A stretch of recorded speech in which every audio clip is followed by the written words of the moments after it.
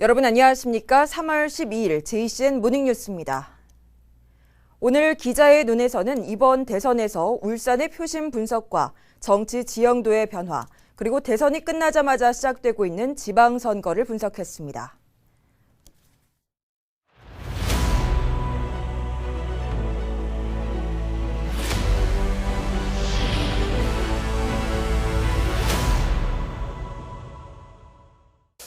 자, 20대 대통령 선거가 국민의힘 윤석열 당선인의 승리로 끝났습니다. 예상했던 대로 울산은 총선에 이어서 대선에서도 보수가 이겼습니다.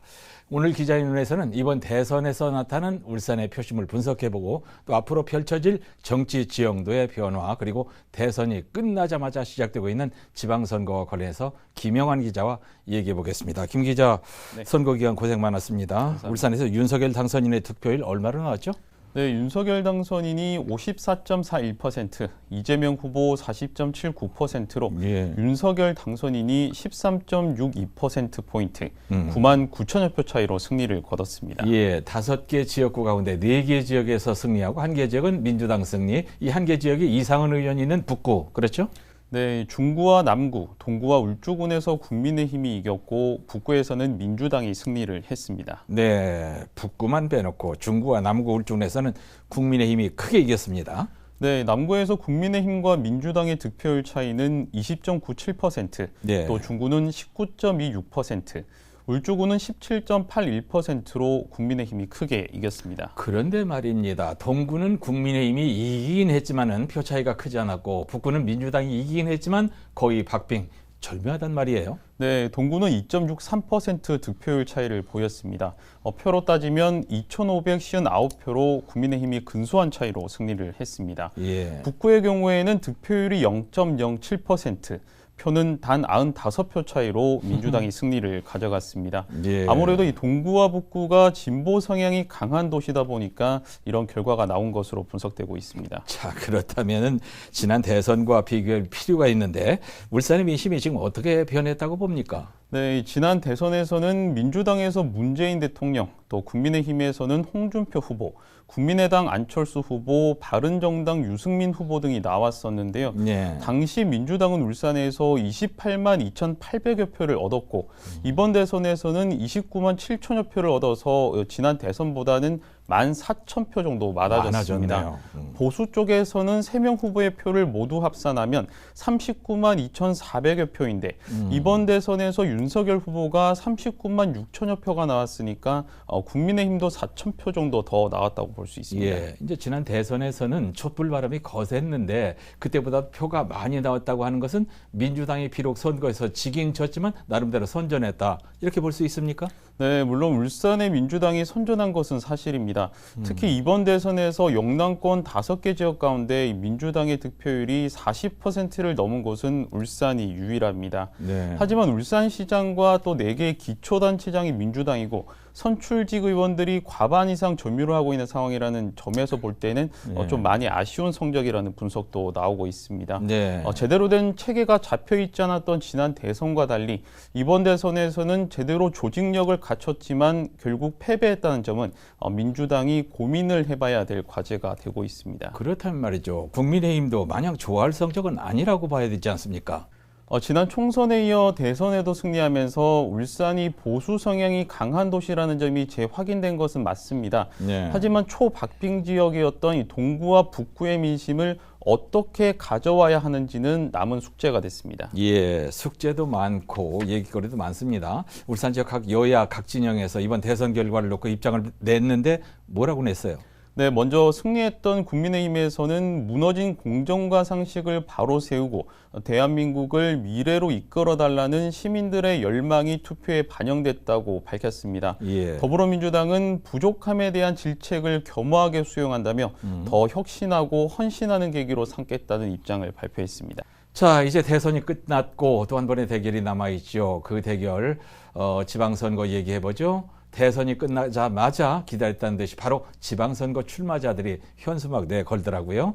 예상했던 일이고요. 네, 대선 기간에는 지방선거 활동 금지령이 내려졌었고 대선이 끝나자마자 지방선거 주자들이 대거 수면 위로 나오고 있습니다. 네. 국민의힘에서는 지난 10일 정가변 전 국회부의장이 울산시장 선거 출마를 선언했습니다. 네. 예비후보 등록도 완료를 했고요. 그랬습니다. 가장 먼저 출마를 선언했던 김두겸 전 남구청장도 같은 날에 예비후보로 등록을 했습니다.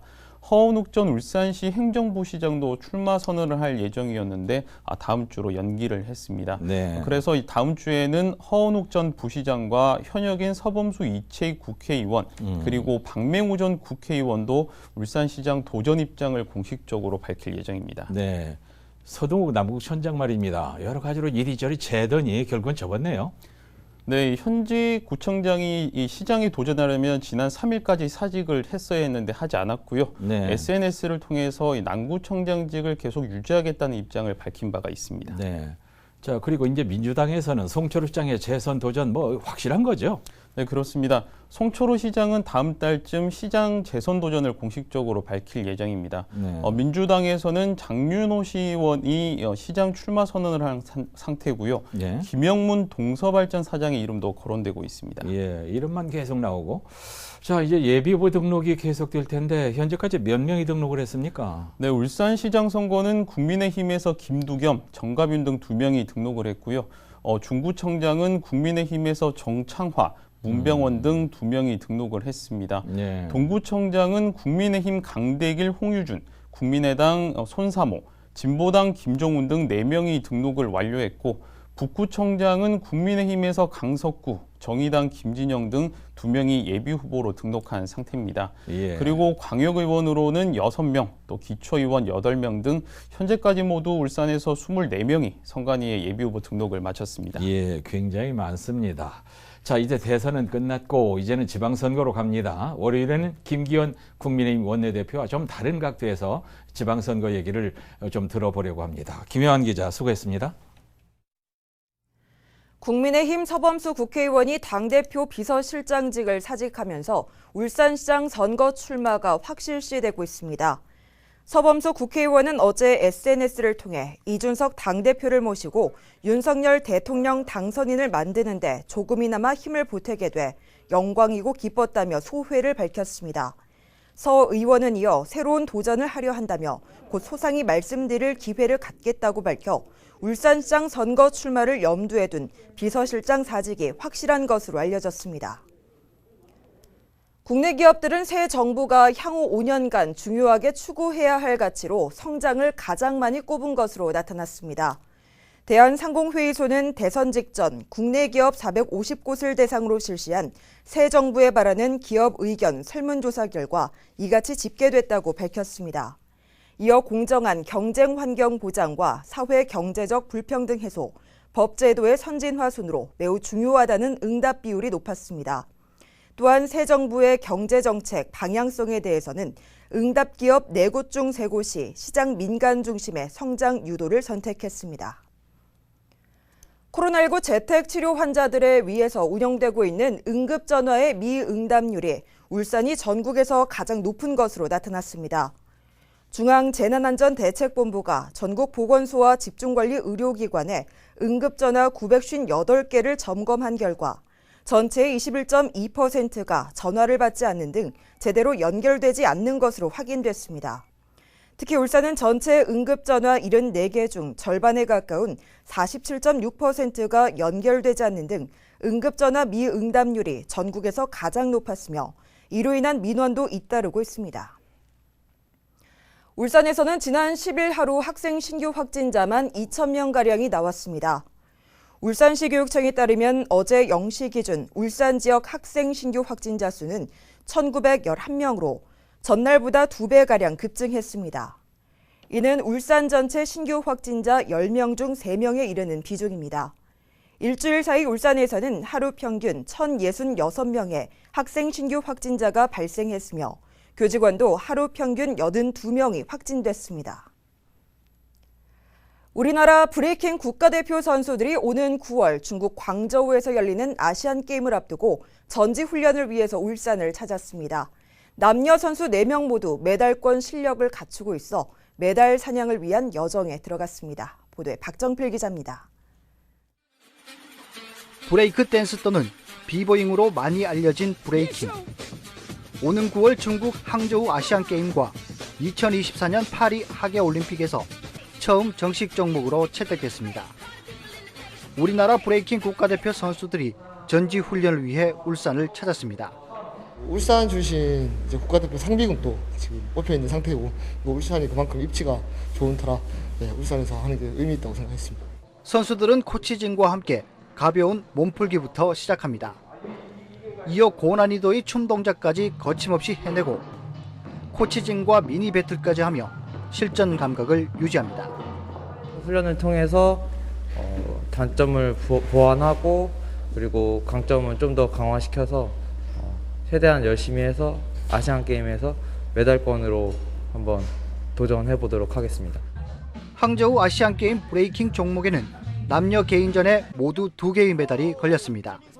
우리나라 브레이킹 국가대표 선수는 남녀 각 2명씩 모두 4명.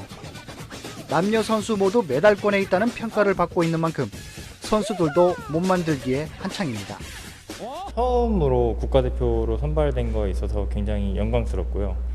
아시안게임에서 좋은 성적을 거둬야 이제 앞으로 생길 브레이킹 씬의 미래를 위해서 좀 더 열심히 해서 메달을 따도록 노력하겠습니다. 코치진들도 첫 정식 종목으로 채택된 브레이킹 종목에서 메달 사냥에 성공하겠다는 각오입니다. 상위권을 유지하고 있지만 방심을 하면 안 되니까 그만큼 훈련이나 이런 연습들을 통해서 동작들을 갈고 닦아서 뭐 금운동 그런 거 색깔 따지지 않고 무조건 메달권에 들어갈 수 있도록 최선을 다하겠습니다. 브레이킹 국가대표 선수들은 17일까지 울산에서 훈련을 마친 뒤 전주에서 전지 훈련을 이어갑니다. 그리고 다음 달 충북 진천 선수촌으로 입촌해 메달 사냥을 위한 본격적인 당금질에 들어갈 예정입니다. JCN 뉴스 박정필입니다. 울산시 교육청이 코로나19 등으로 영향으로 등교하지 못하는 학생의 학습 결손을 예방하기 위해 대체학습을 적극적으로 지원합니다. 시교육청은 등교중지 대상 학생에게 담임교사가 등교중지 기간 중 출결 처리와 대체학습 방법 등을 안내한 뒤에 맞춤형 대체학습을 제공하고 학습 내용을 점검하면서 학습과 심리 상담도 병행하고 있다고 밝혔습니다. 또 대체학습은 학교와 학년, 학급, 학생의 여건에 따라 실시간 쌍방향 수업과 온라인 콘텐츠 제공, 학습 꾸러미 제공 등의 유형으로 제공한다고 덧붙였습니다. 코로나19 피해 지원 등에 포함된 832억 원 규모의 울주군 제1회 추경안이 또다시 의회에 발목이 잡힐 위기에 놓였습니다. 국민의힘 의원들이 과반인 울주군의회 운영위원회는 지난 10일 전체 회의를 열고 울주군이 제출한 제1차 추경안 심사와 관련해서 충분한 협의가 되지 않았고 시비가 편성되지 않은 상황에서 군비를 먼저 심의하는 것은 적절하지 않다며 반대했습니다. 이에 따라 오는 15일부터 25일까지 열릴 예정이었던 임시회를 오는 15일부터 17일까지 사흘간으로 단축시켜 사실상 추경안 심사를 할 수 없게 됐습니다.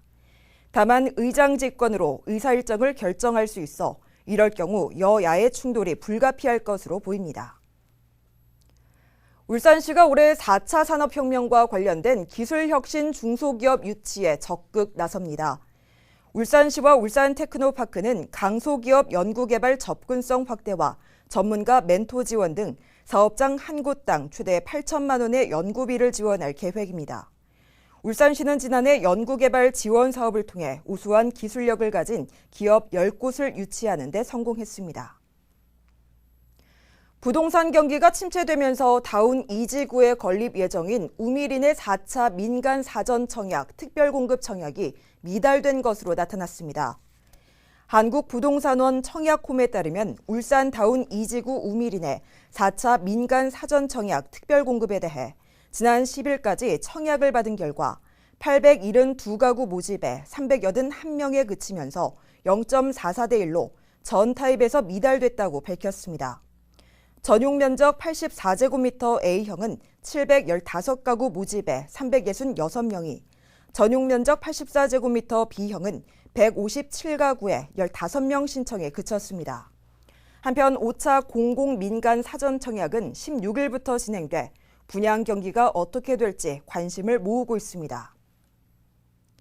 울산 상공회의소가 지역 소상공인의 상표권 침해 피해를 막기 위한 지원에 나섭니다. 울산상의 울산지식재산센터는 지역 소상공인들이 상표 피해를 보지 않도록 울산시와 특허청이 함께 소상공인 지식재산 역량 강화 사업을 신규 시행한다고 밝혔습니다. 이에 따라 울산상인은 상표나 레시피 특허 등 소상공인의 상표권 보호와 이에 대한 교육과 컨설팅 등을 지원합니다. 만취 상태에서 운전을 하다가 사람을 치어 중상을 입힌 50대 남성에게 징역형의 집행유예가 선고됐습니다. 울산지법 박정홍 판사는 특정범죄 가중처벌 등에 관한 법률 위반 혐의로 기소된 50대 A씨에게 징역 1년에 집행유예 2년을 선고했습니다.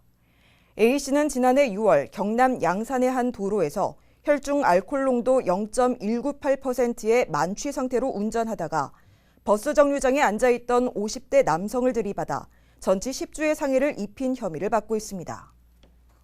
JCN 모닝뉴스를 마칩니다. 함께해 주신 여러분 고맙습니다.